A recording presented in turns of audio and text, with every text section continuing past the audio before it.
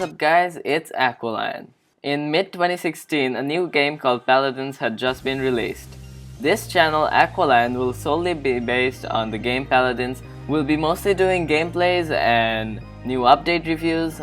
Today I'm gonna be showing you the basics of Paladins and I'm gonna introduce you to this game so it's easier for us in the future. Paladins is a free-to-play multiplayer hero shooter game made by Hi-Res Studios, which you can find on Steam for free.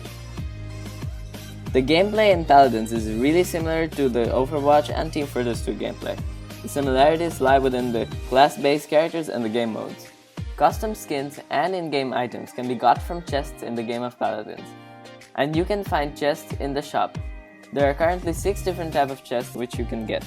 Every time your character levels up or you level up, you get a Radiant chest. That's like the basic chest and it gives you normal items such as skins and sometimes it gives you emotes, which is good for beginners, but in the long run some good chests have to be bought. Some items for your character can be bought separately, such as your character skins, gun skin, or emotes. But these are mostly common skins and they won't be worthful in the long run. So the only way to get good skins are from the skin chest or the gun skin chest. Now let's talk about the champions. There are 27 different champions in this game. There are 4 types of champions, which are damage, flank, frontline, and support. The damage champions are used for obtaining kills. They are the biggest damage dealers and in my opinion they are the easiest to use. That's because characters such as Victor are literally basic Call of Duty characters. They have guns, they have a good amount of health, and they do a lot of damage while going face to face.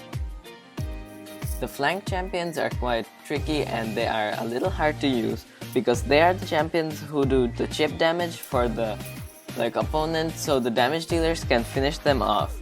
The flankers they have a little less health, so it's quite hard to master, but once you get a heck of it, it's really easy. They have less health, but they're really fast. The best example would be the scout from Team Fortress 2. They're literally very fast and it's hard to shoot them while they're running or something like that. So yeah, that's the flank. Next up are the frontline. Yes, these are the tanks which support the team the most while doing payload matches. They provide shielding to less health heroes such as damage dealers or flankers. They have a lot of health, which is good for using as a tank, and while getting close they do a lot of damage as well. But their range is very limited, so they're only good at pushing the payload, and some ones can regenerate themselves, so they're literally unstoppable if you have a lot of them combined. The only way you can stop frontlines are with damage dealers, but it's really hard to stop them otherwise. Last but not least, we have the support troops. These are basically just flankers, but the only special thing they can do is they can heal the other friendly teammates. They're very important while doing competitive matches, and they're good at healing the frontline people, so you can do a lot of damage and you can push the payload really easily. They can cause a lot of damage, but only when you see them face to face. They have really less range, so it's not a good idea to use them against damage troops. Now, I'll be talking about the game types. There are 4 game types in the casual game mode, which are Siege, Survival, Payload, and Test Maps.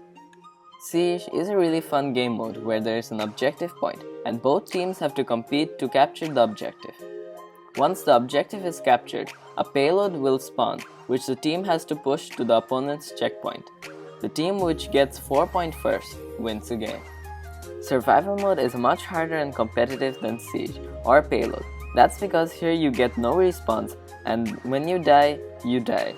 The last team standing wins the game. Then we have the Payload. In my opinion, this is the best game mode for beginners because it provides the most XP. In Payload mode, each team gets a payload which they have to push to the enemy's checkpoint. The team that pushes the payload the furthest wins the game.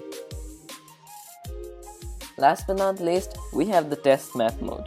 As Paladins is still in beta mode, many maps are unfinished. In this game mode, we get test maps. We basically get to play in unfinished maps which may later be added to the game. At the end of the game, we give our feedback on the maps.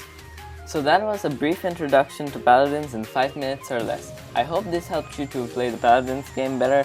This channel will mostly focus on Paladins gameplay. In our next video, we are going to test the game modes out and share some gameplay. So stay tuned for more quality gameplay.